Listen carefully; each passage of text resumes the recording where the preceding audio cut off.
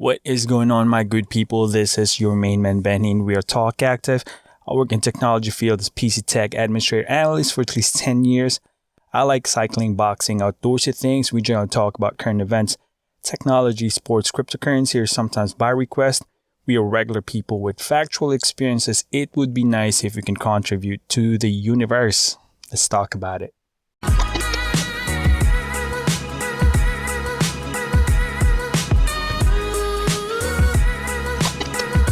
Happy Friday, folks. Man, it's amazing. Spring break is here.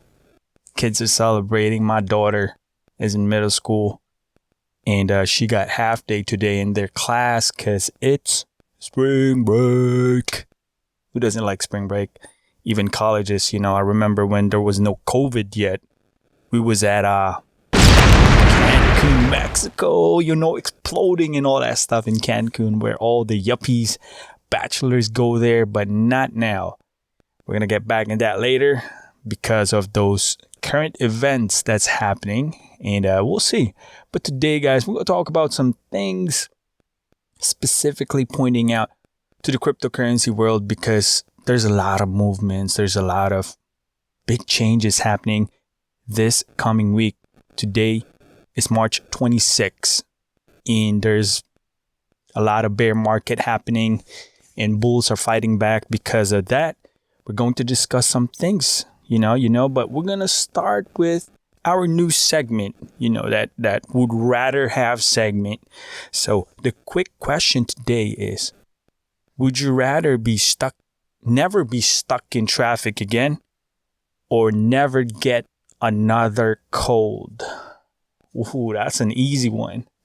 If you ask me, I would rather not get another cold. Because traffic, we can deal with that, If ever we're going to move in the city and all that stuff, I got my bicycle. Or my one wheel at that note. By the way, my one wheel kind of feel heavy-hearted. But it hasn't been used for quite some time now. It's sale pending. So yeah, we're selling it. But yeah, man. It's been a good ride, but we've been focusing mainly now on health. Since one wheel is nice, you can ride and all that, have fun, but we put extra effort for physical goals and exercise. So bicycle on that note, same thing, cyclist things, man. But we're gonna talk about real quick here from current events. Prince Harry joins the American plutocracy, per Washington Post. So it looks like Prince Harry moved in California and was hired. The Duke of Sussex would be joining Better Up, a Silicon Valley startup devoted to promoting wellness at corporations. So Prince Harry would be the Chief Impact Officer. Sounds like a technology position. I have not heard of that position in the technology world. I work in technology world for at least 10 years, but I have not heard CIO. Is that the one? I don't know. I think so. Yeah, probably that's the one. Yeah, I work in technology field. Yeah, I mean, I'm just saying Prince Harry moving to California with all that stuff happening and way back home. He has no prior job because he's a prince. He's the Duke of Sussex. But yeah, man, welcome to Cali, California love. Yeah, by the way. Okay, moving on to sports, man. Moving on to sports. What was that? Airstrike standing by. No. Okay, UFC Dana White announced Justin Poirier turned down the title fight for Conor McGregor trilogy.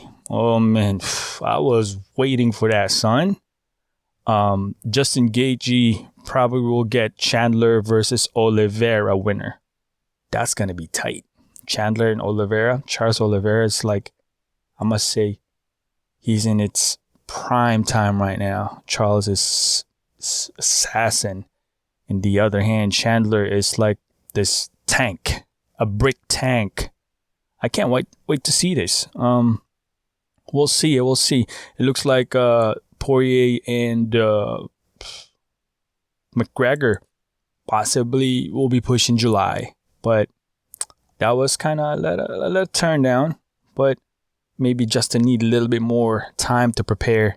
Conor McGregor, though, man, these are pure strikers, both of them. But Justin Poirier has been really evolving this past couple of fights, and I feel like he's a champ that hasn't got that belt yet, but he's a proven fighter, and of course the great Conor McGregor in his prime days, in his greatest achievement of that, owning different titles in different weight classes, and he has his merits, but he has also his downfalls and his weakness since the fall of Khabib fight.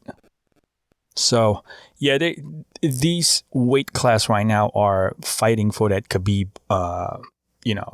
abandoning or retiring.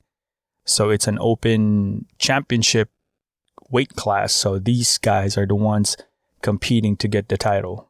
But it's kind of in the back of your head, the best retired, and no one can beat him. Just that thought, man, is crazy. Khabib is crazy. Okay, moving on to cycling. Cycling news. So SRAM trickles down electronics, shifting to third tier group set GX Eagle AXS. So if you're not familiar with cycling, then this probably is not for you. But cycling parts, man, there's SRAM, there's Campanolo, Shimano, and other ones. But those are big three that I know. And it looks like SRAM is moving into cheaper gravel gearing. So this is an electronic one that you don't have to tap in mechanically. So the wire can just, you don't have to push effort. You just have to basically tap it, and then it goes to different gear. From, for example, 7th gear, just single tap, boop, goes down, and single tap, it goes up. So it's very convenient, but come think of it, it's electronic. Electronics are dependent on batteries, and batteries, which is a device that is powered, can get affected by the environment factor, cold, heat, anything. So there's no way to bypass it. If it fails, then you cannot change gear. I'm just saying, because I like cycling stuff, but I like things that is, because I don't race. Maybe that's the point. Mechanical. I trust mechanical like crazy, but this right here, SRAM moving into a lower costing electronic gear to cater gravel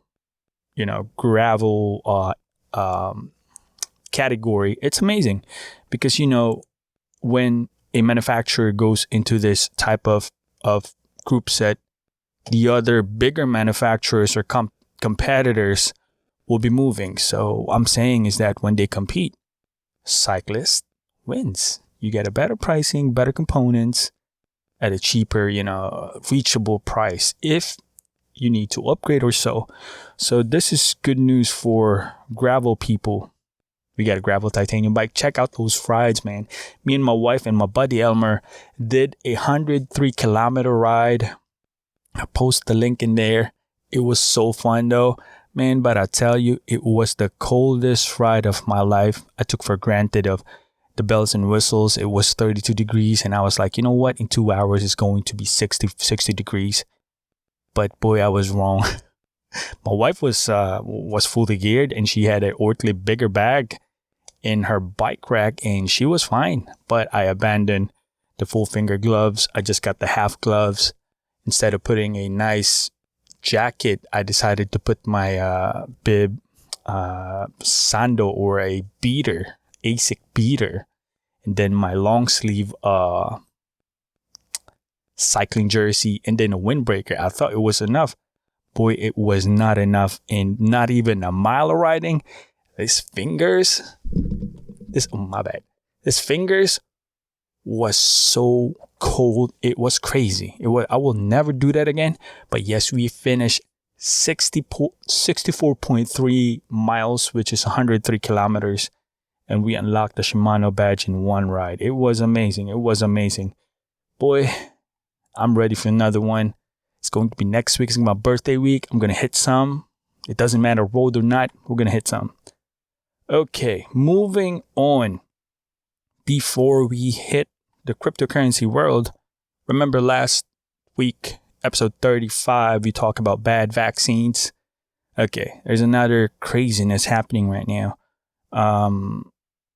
COVID vaccine passports are being considered, and health experts are experts and right groups are deeply concerned. Look at this crap, man. A passport for COVID so that you can travel freely. The main goal here is to bypass, the testings and all that stuff so that you can just go. Man, what is this? COVID vaccine passport. So it means that you get a vaccine, you don't need to get tested. Is that kind of like dumb? Vaccine does not give you immunity. If you're a carrier and you haven't get it tested before you had a flight, even though you got that passport, should that be like a liability to the people that got tested and then they contracted the virus because the one that got passport didn't get tested because they got a passport saying that they got this specific shots? That's plainly, this is so wrong, man. And on top of that, the concerns of information. This is like a Pandora's box. Someone can get access on the info. Boom, it's going to blow out in your faces. Remember those hacking stuff? Man, and nah. I don't know what they're trying to do. On top of that, there are places and countries that doesn't have an access to vaccines if the vaccines worked. I mean, what is happening, bro? I'm not being a downer here, but man, we're moving on. We're moving on to cryptocurrency market right now. It's kind of bearish in the past couple of days. It was really red, but right now, Bitcoin hitting at 53,198. The bulls are trying to get a hold of the horns and poising a comeback. But let's talk about the Bitcoin, man, because this right now is not just a regular event. This is not like a regular movement in Bitcoin. There was what we call the bull run. Bull run is a specific X amount of time when the market, Bitcoin from $1 to $20,000 in 2017. Specifically, it started at $900 in 2017. In March of $907. It started in 2016. It trickles at that price range, $900. When it hit the bull market in December, it peaked out at $17,800. So that's what March, April, May, June, July, August, September, October, November, December. The span of nine months, it peaked out at $17,000. We're looking at here as a super cycle. Super cycle is a bit different than a bull run. Super cycle is like, shall we say, let's make this a quick definition. So super cycle is adoption and acceptance of the mainstream one. Aside from the bull run that we are experiencing right now, shall I say, if that price range in 2017 peaked out at $17,688 from $900, it was fueled by people only that received the info, opened their minds, and people spreading their news by mouth and all that stuff. Then it peaked out at 17,000 plus. Super cycle is different. Aside from the bull run that we experience, institutions are adopting it. Big companies, not just America, all around the world are adjusting and recognizing the potential of this technology and the asset, which is Bitcoin. So what I'm saying, from little people that knows Bitcoin that fueled that 2017 bull run, from now 2021, people are recognizing it as valuable assets. My bad. It's crazy because this can fuel a bigger price action. Definitely from 20,000 in 2017. Then it went down to $4,000. Now we're talking about $53,000. And it maxed out at $62,000, all-time high. In that time frame, that's a super cycle. We're talking about super cycle, a sustaining bull market with uptrend that is parabolic, meaning we don't know which is the ceiling of the Bitcoin is going to be. No one can predict. If someone can predict, then they'd be the richest people in the world. You know what I'm saying? To think about this, a lot of institutions now are looking at adopting Bitcoin and getting into that race because it is the potential of a market that hasn't have a competition like gold. It's not dependent on what the current situation of a market or a country. So it has its own value that is not dependent on a specific problem of the country. It's not related. That is crazy. That would be the super cycle. I put it in 2 sentences probably. Okay, I close this super cycle thing. It's a bull run. Super cycle is a bull run that is not fueled by people, but by institutions. And it's not going to be 8 or 6 months like 2017. Super cycle is sustainable on a longer run. It could be 2, 3 months, but super cycle is going to be longer than that. I must say a year or two, but I must say super cycle are very rare. Since Bitcoin right now, we know 2041 is going to be the last Bitcoin is going to be mined in 2041.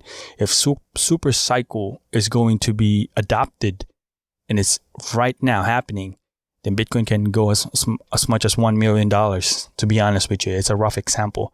If you say I'm crazy, yeah, call me crazy. Bitcoin started at $1, not even $1, and now we're $62,000 from that $1.